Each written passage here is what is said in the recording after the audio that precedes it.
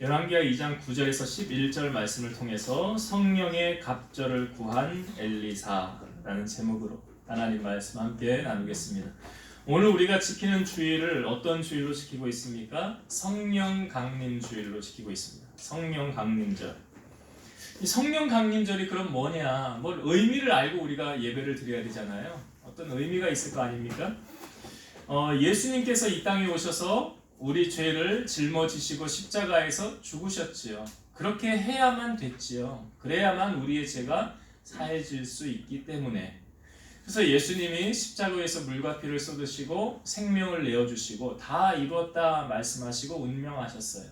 예수님의 죽음으로 끝난 것이 아니라 예수님은 사흘 만에 3일 뒤에 다시 살아나게 되시죠. 그래서 우리가 부활주일을 지키는 거예요. 우리가 4월 셋째 주일을 부활주일로 지켰습니다. 예수님께서 다시 부활하셨어요. 그리고 예수님이 이 땅에 며칠을 계셨습니까? 40일을 이 땅에 계셨어요. 부활하신 후에 주님이 40일을 이 땅에 계시다가 사도행전 1장에 보면 그 제자들이 보는 가운데서 하늘로 주님이 승천하십니다. 사도행전 1장 9절 이 말씀을 마치시고 그들이 보는데 올려서 가시니 구름이 그를 가리어 보이지 않게 하더라.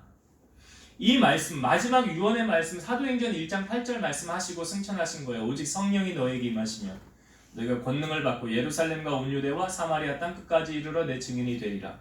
이 말씀을 하시고 바로 하늘로 올라가셨어요. 그리고 구름이 가려져서 보이지 않게 하더라. 그럼 예수님은 지금 어디로 가신 겁니까?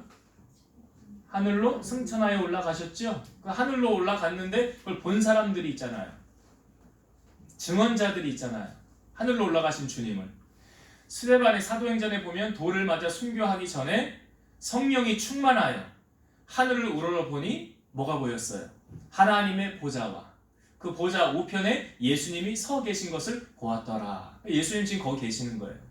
하늘 보좌 옆에. 하나님의 보좌 옆에 주님이 계시는 것을 스데반이 보았죠. 하나님의 나라를 본 거예요.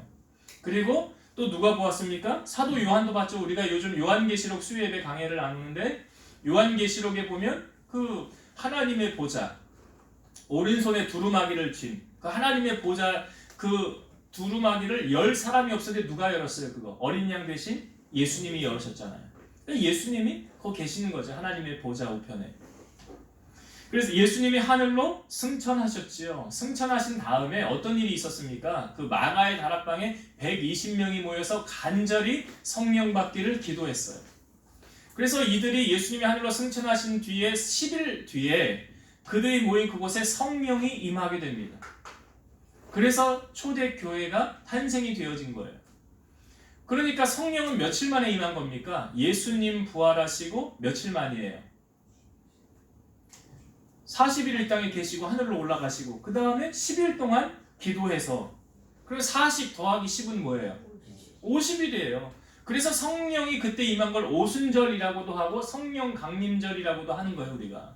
그래서 50일 만에 성령 임하게 돼요. 그러니까 부활주일 지나서 지금 오늘이 며칠째냐면 50일째 되는 날이에요. 그 50일째 되는 날을 성령 강림절 그래서 우리가 그거를 기념해서 지키는 거예요.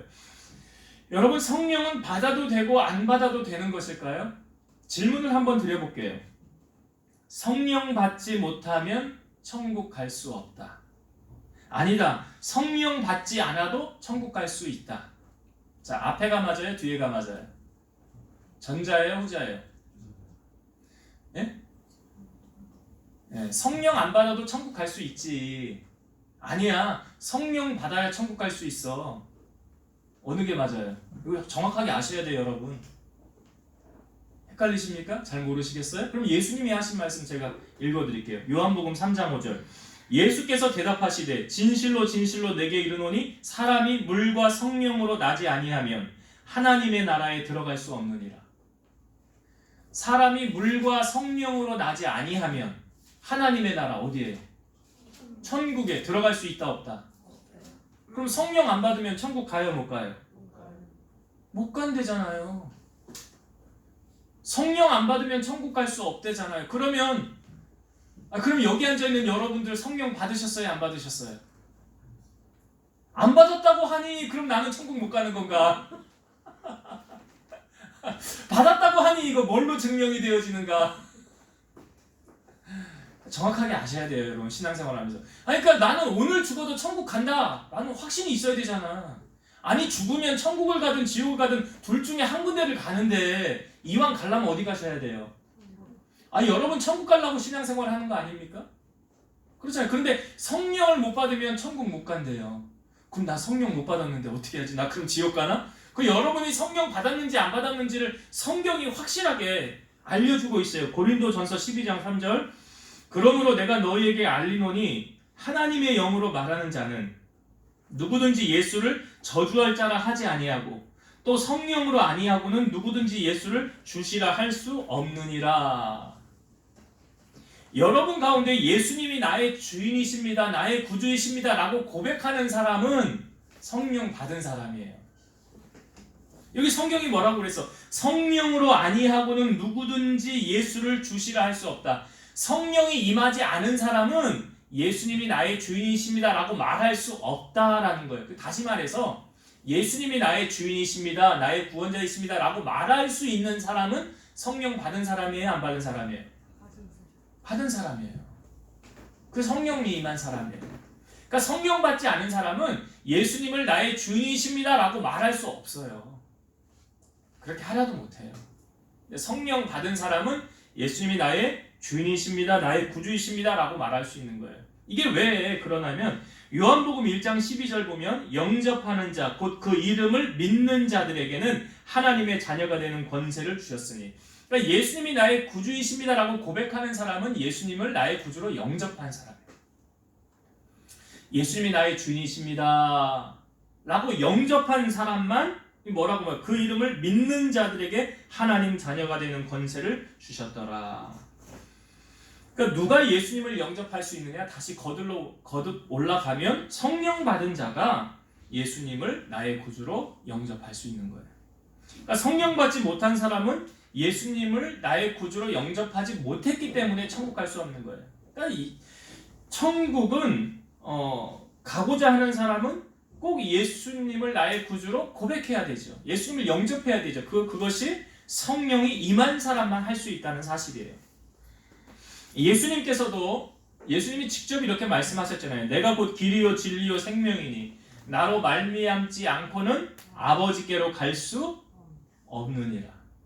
이 요한복음 14장 6절에 예수님을 통과하지 않고는 천국 갈 수 없다. 이 이유가 왜 그런지 아시죠? 우리의 죄를 사해 주신 분이 누구라고요? 예수님.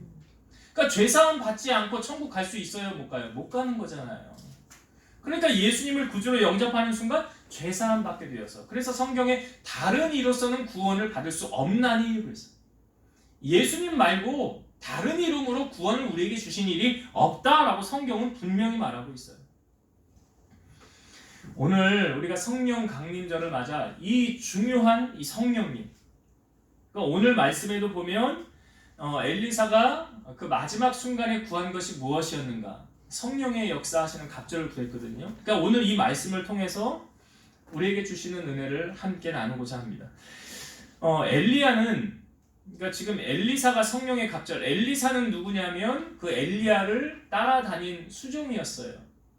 먼저 엘리야를 우리가 좀 알아야 되겠죠. 엘리야는 하나님의 기도의 능력을 체험한 사람. 3년 6개월 동안 비가 오지 않도록 간절히 기도했더니 비가 내리지 않음을, 하나님의 역사를 맛보았던 엘리야. 근데 엘리야에 대해서 엘리야는 우리와 똑같은 성정을 가진 사람이라고 그랬죠. 특별한 사람 아니에요. 그러니까 우리도 그렇게 믿음으로 기도하면 엘리야와 같이 기도의 응답을 받을 수 있다는 거예요. 그러니까 엘리야의 후계자를 그러면 누가 세웠는가? 엘리야의 후계자가 누구죠? 엘리사죠. 그 엘리사는 누가 세웠습니까? 후계자로. 엘리야가 세웠습니까? 아니에요. 하나님이 세우셨어요. 하나님께서 엘리야에게 이렇게 말씀하십니다. 아벨 무홀라 사밧의 아들 엘리사에게 기름을 부어 너를 대신하여 선지자가 되게 하라. 그러니까 누가 엘리야의 후계자를 선택했습니까? 하나님이요. 하나님이 누구를 선택했다고요? 엘리사. 그러면 엘리사는 어떤 사람이었을까? 엘리사는 집안이 되게 좋고 인물이 좋고 스펙이 좋은 그런 사람이었을까? 여러분, 하나님이 엘리사를 불렀는데 그래서 엘리야가 엘리사를 찾아가요. 엘리사의 직업이 뭐였는지 아십니까? 이제 엘리야가 엘리사가 처음 만나게 돼요. 여기서 엘리사가 뭐 하는 사람이었는지 우리에게 보여줍니다. 제가 성경을 볼게요. 열왕기상 19장 19절에서 20절. 엘리야가 거기서 떠나 사밧의 아들 엘리사를 만나니 그가 12겨리소를 앞세우고 밭을 가는데 자기는 12째 겨리소와 함께 있더라. 엘리사가 그리로 건너가서 겉옷을 그의 위에 던졌더니 그가 소를 버리고 엘리야에게로 달려가서 이르되 청하건대 나를 내 부모와 입맞추게 하소서. 그리한 후에 내가 당신을 따르리이다.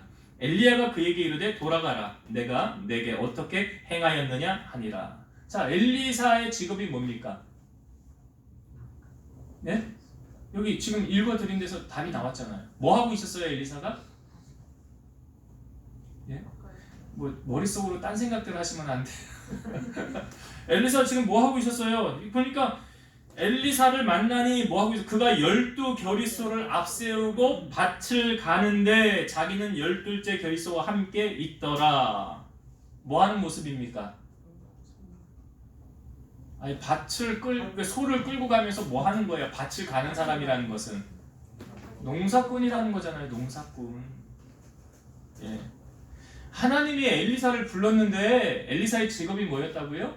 농사꾼. 예, 농사꾼이라고요. 하나님이 되게 스펙도 되게 좋은 사람, 인물도 좋은 사람, 집안도 좋은 사람, 이런 사람 불러서 하나님 일 시킬 줄 알았어요, 저는. 근데 하나님이 고작 부른 사람이 뭐 하는 사람이라고요? 농사꾼. 여러분들에게 이게 소망이 있다는 거예요, 없다는 거예요, 이 말씀은? 우리에게 위로가 되잖아요, 이게. 하나님이 농사꾼도 불러서 하나님의 귀한 일 감당하게 하시네. 그러니까 하나님은 뭘 보신다고 그랬어요? 중심을 보신다고 그랬잖아요. 외모 보지 않고 스펙 보지 않고 인물 보는 것, 그런 거는 세상 사람들이 보는 거고, 하나님이 보시는 건 뭘 보신다고요? 중심 보신다고. 그러니까 아니, 엘리야가 가서 엘리사 뭐 하는 거, 그냥 겉옷만 휙 던졌더니 그 엘리사의 반응이 중요한 거예요. 엘리사가 뭐라고 그래요? 잠깐만 기다려주세요. 제가 내 부모님하고 입 맞추고 그 다음에 작별 인사하고 당신 따르겠습니다. 그러니까 엘리야가 뭐라고 그래? 내가 너에게 뭐라고 그랬냐? 나를 따르라고 말을 했냐? 안 했냐? 그런 말 안 했잖아요. 그런데 엘리사의 반응이 무엇입니까? 내가 이제 집안과 입 맞추고 이거 정리하고 내가 당신을 따르겠습니다. 이거는 어떻게 우리가 받아들일 수 있습니까? 이 즉각적인 충동에 의해서 나온 행동 같습니까? 아니면 기도로 준비한 행동 같습니까? 그렇죠. 즉각적인 충동 아니에요. 그러니까 그거 하면서도 하나님 앞에 지금 계속 엘리사는 하나님의 때를 기다렸다는 거 아니에요. 하나님 언제 나를 부르실 겁니까? 하나님 언제 나를 들어 쓰실 겁니까? 지금 그 때가 온 거 아니에요. 그러니까 엘리야가 겉옷을 딱 던지자마자 나타나는 반응이 뭐예요? 잠깐만요. 내가 부모님하고 작별 인사하고 그 다음에 소를 잡아서 그 기구를 불에 태워서 고기를 먹고 나누어 준 다음에 내가 이제 빠이빠이 하고 나 이제 주일 하러 갑니다. 따라갑니다. 그걸 기도로 준비하고 있었다는 거예요. 그렇게 이제 엘리사의 인생의 제2막이 열린 거예요. 하나님의 부름을 받은 이제 엘리사. 이제 엘리사는 죽으나 사나 엘리야 옆을 떠나지 아니하고 수종이 되어서 그를 섬기는 것입니다. 오늘 이 열왕기하 2장에 보니까 2장 1절에 이렇게 우리에게 보여주고 있죠. 자, 1절을 한번 읽어볼게요. 여호와께서 회오리 바람으로 엘리야를 하늘로 올리고자 하실 때에 엘리야가 엘리사와 더불어 길갈에서 나가더니, 자, 여호와께서 회오리 바람으로 엘리야를 하늘로 올리고자 하신다. 이게 무슨 말입니까? 이제 엘리야의 사역이 다 되어감을 암시해주고 있는 거예요. 하나님께서 엘리야에게 주신 이제 그 사명이 때가 다 되어가서 하나님께서 이제 엘리야를 부르실 때가 다가왔다는 거죠. 여러분, 하나님께서 우리 언제 부르실까요? 사명 다 하면 부르시는 거예요. 우리 할 일, 하나님이 우리에게 맡겨주신 일 다 하면 너 이제 수고했다, 이제 내가 너를 부르노라. 지금 그런 상황이에요. 엘리야가 이제 하나님께서 맡겨주신 사명 다 해서 이제 내가 너를 데려가려고 하노라. 그걸 성경이 이제 우리에게 암시해주고 있는 거예요. 자, 그때 이런 상황에 이제 엘리야가 엘리사와 대화를 나눕니다. 9절의 말씀을 한번 다시 볼게요. 9절. 건너매 엘리야가 엘리사에게 이르되 나를 내게서 데려감을 당하기 전에 내가 너에게 어떻게 할지를 구하라. 엘리사가 이르되 당신의 성령이 하시는 역사가 갑절이나 내게 있게 하소서 하는지라. 자, 엘리야가 이게 오늘날로 쉽게 풀어 말하면 너 소원 있으면 한 가지만 얘기해봐 이거야. 너 소원 있으면 한 가지 얘기해. 내가 그럼 들어줄게. 그랬더니 엘리야가 무엇을 구했습니까? 당신의 하시는 성령의 역사에 갑절을 내게 있게 하옵소서. 여러분, 왜 엘리사가 이것을 구했을까요? 왜 엘리사가 성령의 역사에 갑절을 구했을까요? 이유가 있지 않을까요? 단순합니다. 이것이 가장 귀하기 때문에 그래요. 이것이 가장 귀하기 때문에 이걸 구한 거예요. 스가랴 4장 6절. 만군의 여호와께서 말씀하시되 이는 힘으로 되지 아니하며 능력으로 되지 아니하고 오직 나의 영으로 되느니라. 힘으로도 안 되고 능으로도 안 되는 것이 하나님의 능력이 임하니까 되더라. 그러니까 엘리사는 가장 귀한 것이 뭐라고 생각하는 거예요? 성령의 역사. 성령의 역사. 그러니까 엘리야가 행한 그 성령의 역사를 그대로 받기만 해도 좋은 건데 그 갑절을 구한 거예요 지금. 그 보드게임 가운데 브루마블이라는 게임이 있어요. 예, 해보신 분들도 있고 안 해보신 분들도 있을 텐데 아마 보드게임 가운데 가장 많이 팔렸을 거예요. 근데 거기 브루마블이라는 주사위를 던져서 이제 가는 게임, 땅을 사서 나라를 사서 뭐 호텔을 짓고 건물을 짓고 그래서 돈을 이렇게 상대방 돈을 빼앗아 오는 그런 게임인데 그 브루마블의 그 황금 열쇠라는 게 있어요. 이렇게 돌아보면 주사 황금 열쇠를 이렇게 그런 들어가면 거기 황금 열쇠 종이를 한 장 뒤집게 돼요. 거기에 그 종이 가운데 가장 좋은 게 뭔지 아십니까? 너는 해봐서 알잖아. 우대권. 그래요, 맞아요. 안 해보신 분들은 잘 모를 거예요. 그 황금 열쇠에 보면 우대권이라는 게 있어요. 그걸 딱 뽑으면 얼굴에 그냥 환한 미소가 착 펴집니다. 이 우대권이 뭐냐면 예를 들어서 어떤 사람이 그 나라에다가 호텔을 뭐 2개를 줬어. 한 300만 원이야 걸리면. 내가 딱 거기 걸렸어. 그러면 300만 원을 지불을 해야 돼. 그 땅 주인에게. 그런데 이 우대권이라는 거 하나만 딱 있으면 우대권 딱 내는 순간 면제받는 거예요. 가장 좋은 거예요 그게. 예. 그러니까 아마 이 부르마블에서 가장 좋은 거 한 가지 택해봐라 그러면 아마 난 우대권 아마 그럴 거예요. 제가 게임 이야기를 했지만 그러니까 우리의 실상 가운데 가장 중요한 무언가, 그것이 무언가를 오늘 엘리사는 우리에게 알려주고 있는 거예요. 여러분, 우리가 이 땅에 살면서 성령이 이렇게 귀한 것을 우리에게 보여주고 있는데 성령과 대비되어지는 반대편에 선 게 있어요. 이게 뭘까요? 성경은 우리에게 이걸 알려주고 있어요. 우리가 수요 예배 때도 이 말씀, 주일 오후 예배 때도 이 말씀을 여러 번 나누었어요. 성령과 반대되는 개념에, 대비되는 개념에 그것이 뭘까요? 제가 성경을 읽어볼게요. 갈라디아서 5장 16, 17절. 내가 이르노니 너희는 성령을 따라 행하라. 그리하면 육체의 욕심을 이루지 아니하리라. 육체의 소욕은 성령을 거스리고 성령은 육체를 거스리나니 이 둘이 서로 대적함으로 너희가 원하는 것을 하지 못하게 하려 함이라. 대비되어서 보여주고 있죠. 성령의 일과 또 하나 대비되는 게 뭐예요? 육체의 소욕. 이 둘이 지금 같이 가요? 반비례로 가요? 반비례로 가는 거예요. 그러니까 성령이 충만하면 육체의 소욕을 따르지 않아요. 그러니까 성경에도 보면 요한일서 말씀에도 보면 이 세상이나 세상에 있는 것들을 사랑하래요? 사랑하지 말래요? 사랑하지 말라 그죠. 이건 다 아버지께로부터 온 게 아니야. 하나님께로부터 온 게 아니야. 세상을 사랑하면 사랑할수록 하나님의 사랑에는 가까워져요? 멀어져요? 멀어지는 거예요. 반비례적으로 가는 거예요. 그럼 우리가 이거 알아야 돼요. 성령의 소욕하고 육체의 소욕은 반대되는 개념인데 지금 엘리사가 구한 건 성령의 소욕 아니에요. 성령 충만함이에요. 그 반대되는 개념의 육체의 소욕은 뭔가 우리가 알아야지요. 갈라디아서 5장 19절부터 21절. 육체의 일은 분명하니 곧 음행과 더러운 것과 호색과 우상 숭배와 주술과 원수 맺는 것과 분쟁과 시기와 분냄과 당짓는 것과 분열함과 이단과 투기와 술 취함과 방탕함과 또 그와 같은 것들이라 전에 너희에게 경계한 것 같이 경계하노니 이런 일을 하는 자들은 육체의 일을 하는 자들은 하나님의 나라를 유업으로 받지 못할 것이요. 육체의 일을 하는 자들은 하나님의 나라 천국 가지 못한다라고 성경은 말하고 있어요. 에베소서 5장 17절 술 취하지 말라 이는 방탕한 것이니 오직 성령으로 충만함을 받으라. 대비되는 개념으로 보여주고 있죠. 육체의 일과 성령의 일이 같이 갑니까? 따로 갑니까? 따로 가요. 반대되는 개념이에요. 여러분 말세에 하나님의 자녀들이 힘써야 할 것이 무엇입니까? 성령 충만이에요. 우리가 어떻게 하나님의 뜻을 알 수 있습니까? 성령 충만한 사람은 하나님 뜻을 알아요. 고린도전서 2장 10절 오직 하나님은 성령으로 이것을 우리에게 보이셨으니 성령은 모든 것 곧 하나님의 깊은 것까지도 통달하시느니라. 그러니까 하나님의 깊은 그 속마음을 누가 아느냐? 성령이면 아신대요.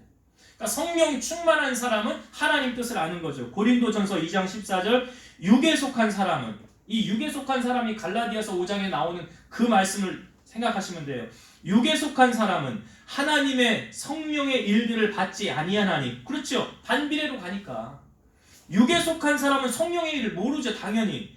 육에 속한 사람은 하나님의 성령의 일들을 받지 아니하나니 이는 그것들이 성령의 일이 그에게는 육에 속한 사람에게는 어리석게 보이니요 또 그는 육에 속한 사람은 그것들을 성령의 일을 알 수도 없나니 그러한 일은 성령의 일은 영적으로 분별되기 때문이라.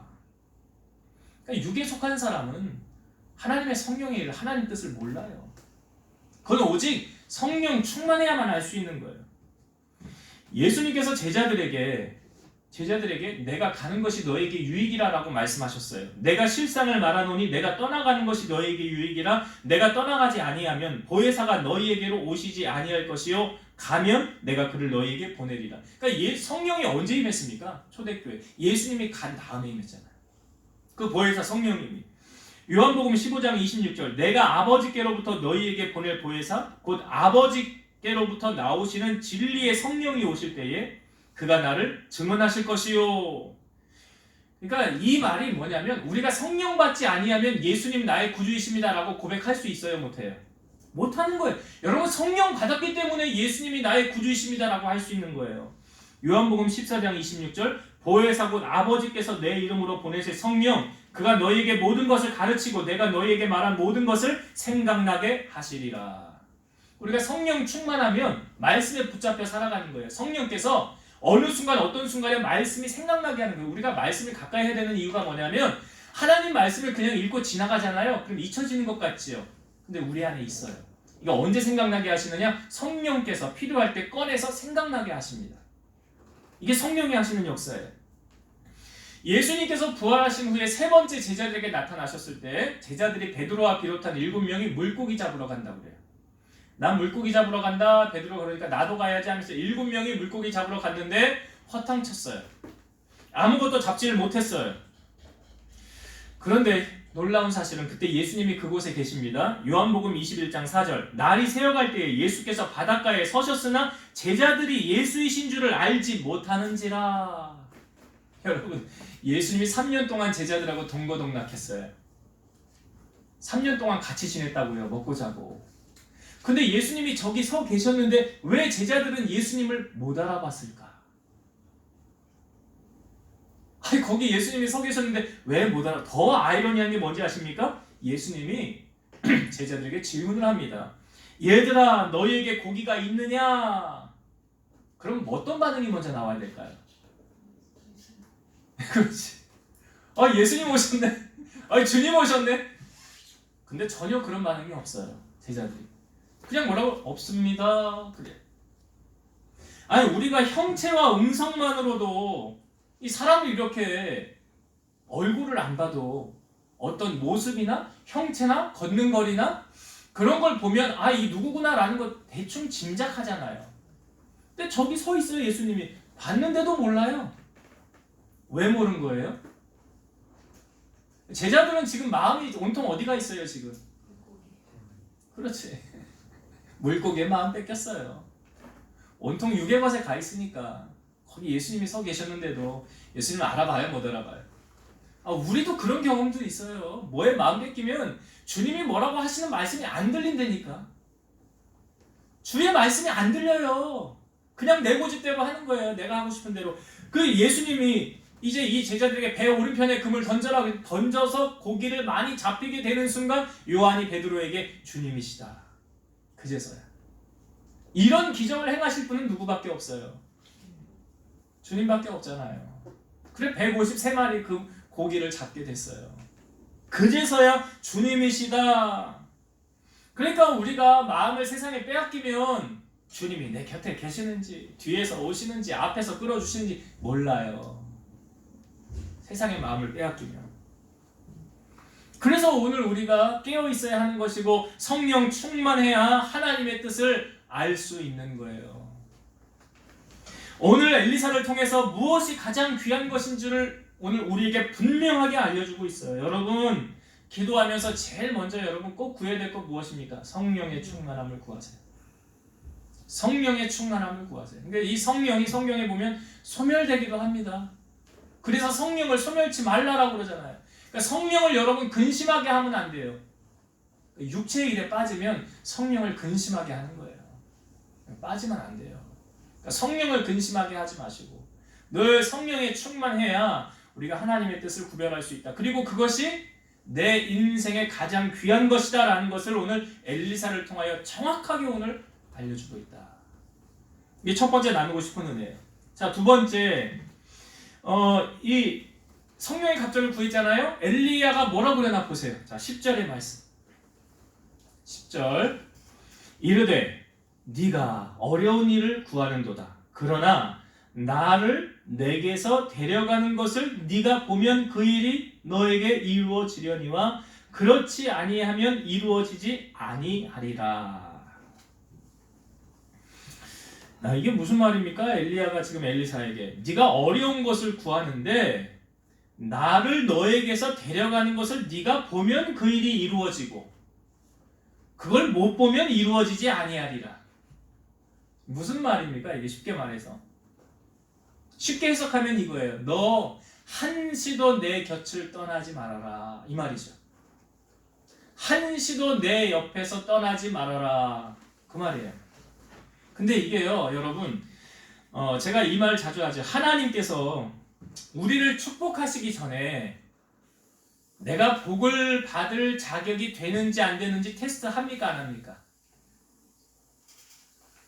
너는 이거 복 받을 만한 자격이 되는구나 하고 흔들어 봐요 안 흔들어 봐요?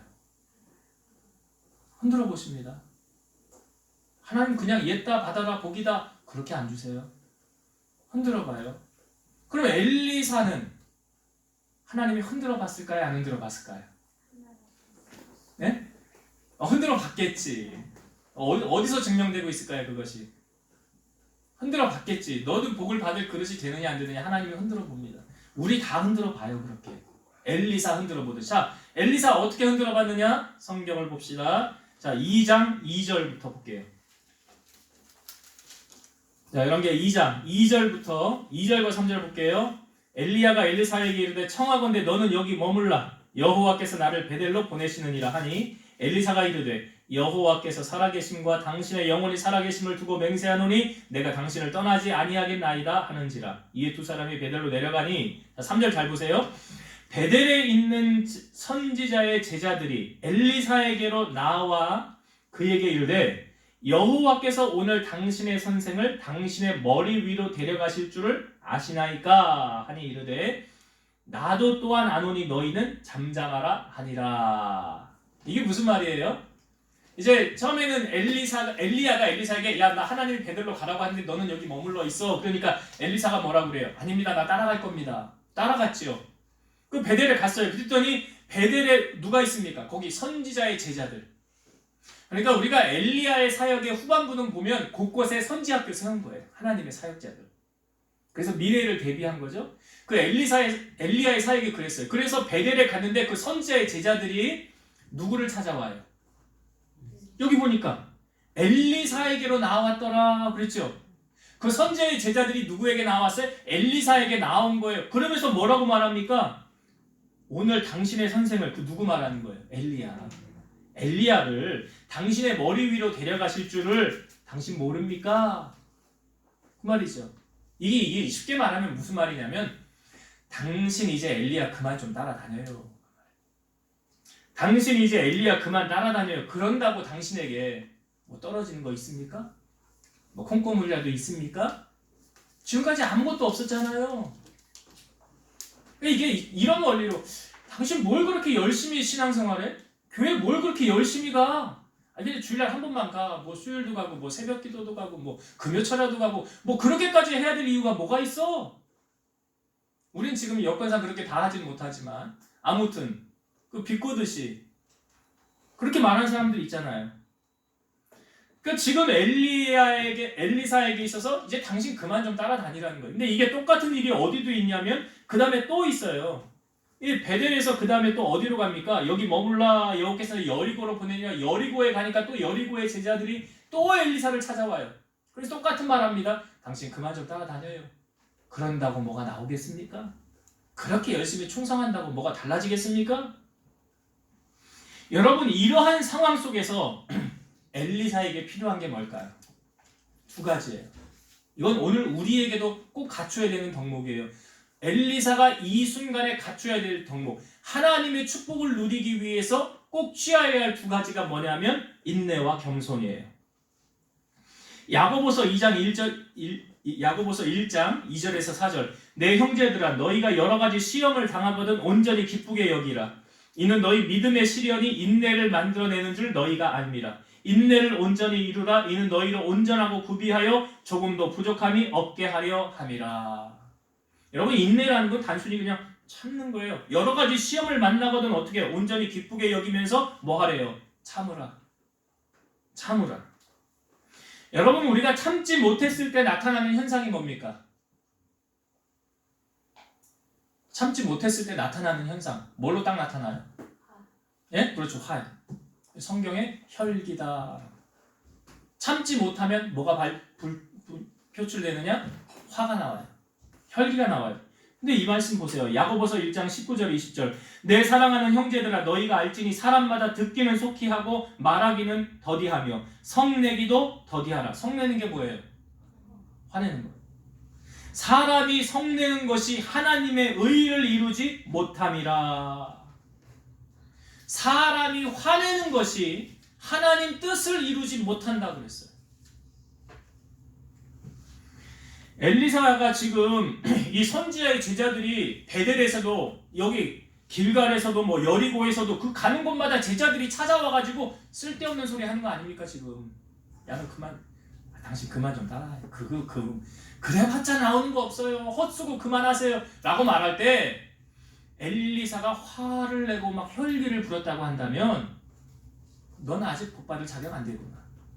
넌 아직 안 됐다. 너 이거 통과 못했으니까 안 돼. 여러분 우리가 참지 못하고 혈기를 부리고 화를 냈다는 것은요 내가 아직 죽어지지 않았다는 표시예요. 사도 바울은 내가 그리스도와 함께 십자가에 못 박혀 죽었나니 이제는 내가 사는 것이 아니요 내 안에 그리스도께서 사시는 것이라. 자기는 십자가에 못 박혀 죽었대요. 죽은 사람이 무슨 화를 내며 무슨 자기 의가 있으며 그런 거 없지요. 죽은 사람은 말이 없는 거예요. 내 안에 누구만 계셔요? 예수님만. 여러분 기억하세요. 한 번 화낸 걸로 이 정도 할 수 있지. 그냥 화내고 한번 풀고 그렇게 가야지. 근데 하나님의 편에서는 어떻게 생각하실까요? 너는 아직 안 되겠다. 너는 아직 이 복을 받을 자격이 안 되는구나. 더 죽어줘야 되겠구나 하면서 하나님께서 다른 훈련을 또 시키는 거예요. 다른 훈련을 또 시킨다고요. 그거 통과할 때까지 시킨다고요. 내가 이거 통과 못하잖아요? 그럼 하나님이 이 시험 이걸로 끝이다가 아니라 너 이거 넘어가야 돼. 더 센 놈 붙인다고요. 그래서 나를 만들어 가시는 걸 여러분 아셔야 돼요. 그래서 어떤 상황에서도 우리가 평정심 유지하는 거 중요한 거예요. 그래서 잠언 4장 23절 무릇 지킬 만한 것보다 더욱 뭘 지켜라? 마음을 지켜라. 생명의 근원이 이에서 남이니라. 뭘 지키라고요? 마음을. 내 안에 예수님의 마음을 품으면 혈기, 화. 우리 아내가 저한테 그러잖아요. 제가 인정받는 것 중에 한 가지가 뭐냐면 내가 화를 안 내거든요. 웬만해서가 아니라 거의 화를 언제 냈는지 지금 찾아보기가 힘들어요. 네. 화를 거의 잘 안 내요. 죽어진 거죠. 그만큼. 그러니까 이 지금 하나님의 축복을 받기 위해 첫 번째가 제가 왜 이 말씀을 드리냐면 인내하는 거예요. 참는 거예요. 두 번째가 뭐라고 말씀드렸습니까? 겸손이에요. 베드로전서 5장 6절 그러므로 하나님의 능하신 손 아래에서 겸손하라. 때가 되면 너희를 높이시리라. 여러분 엘리사는요. 지금 엘리야만 따라다니는 어떤 역할만 했어요? 쉽게 말해 부산말로 이거 시다발이라고 그러더라고요. 그런데 좀 유식한 말로 수종자. 여러분 제가 수종자라는 단어를 사전을 봤어요. 수종자라는 뜻을 이렇게 풀고 있어요. 배 밑창에서 노젓는 자. 수종자가 배 밑창에서 노젓는 자. 여러분 배는 누가 지휘합니까? 선장 있죠. 선장은 드러나는 사람이에요. 오른쪽으로 가라 왼쪽으로 가라 지휘하는 사람. 이 사람이 배에서 가장 높은 사람 아니에요? 그런데 수종자를 표현하기를 배 밑에서 노 젓는 사람. 이 노를 안 적은 안 가요. 근데 이 노 젓는 거 누가 알아줘요? 안 알아줘요? 이름도 없어요. 그 밑에서 그냥 노만 젓는 거예요. 이걸 성경에 뭐라고 그래요? 수종자. 그 지금 엘리사는 수종자 역할만 한 거예요. 엘리야 따라다니면서 뭐 능력을 행하였더라? 그런 거 기적을 베풀었더라? 하나도 없어요. 여러분 하나님이 들었을 때까지 잠잠히 그냥 가만히 있는 거 쉬워요? 어려워요? 쉽습니까? 어렵습니까? 여러분 하나님께서 잘난 사람들 있죠. 혹 잘난 척하는 사람들을 왜 안 들어쓰는 줄 아세요? 쥐가 잘했다고 그러거든. 쥐가 잘했대요. 쥐가. 하나님이 도와주는 거 하나도 모르고 영광을 돌리지 않고 이런 사람들이 교만 충만이에요. 망하기 딱 좋은 거예요.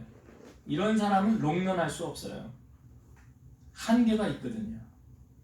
그러나 하나님의 능력은 한계가 없지요. 그러니까 하나님은 하나님께 선택을 받아 쓰임받는 사람은 뭐냐면 끝까지 쓰임받을 수 있어요. 그러기 위해서는 겸손으로 도배를 해야 돼. 그러니까 망하기 딱 쉬운 어떻게 하면 빨리 망하느냐? 교만하면 금방 망해.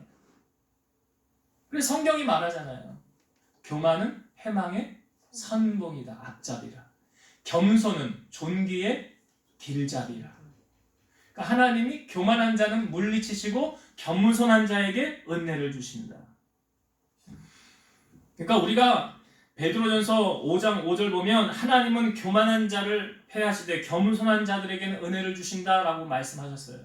이 말씀이 우리의 삶에 그대로 적용이 될 때 이 엘리사가 그 하나님이 자기를 들어 쓰기까지 지금 겸손함을 유지하고 나아가는 이 과정 결코 쉽지 않은 거예요.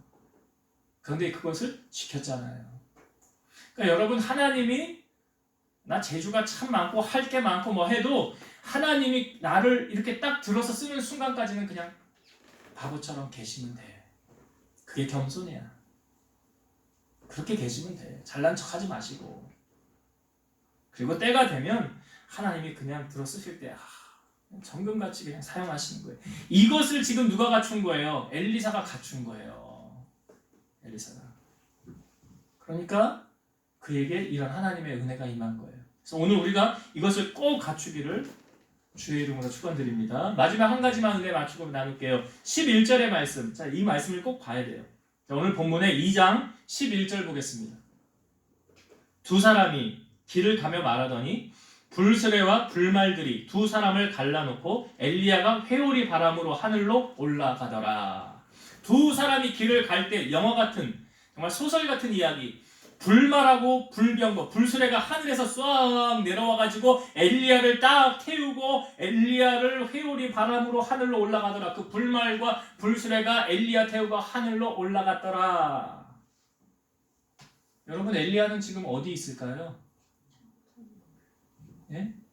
천국이 있겠지요. 성경에 보면 죽음을 보지 않고 하늘로 올라간 사람이 엘리야 말고 한 사람 또 있어요. 누구죠? 창세기 5장 24절. 에녹이 하나님과 동행하더니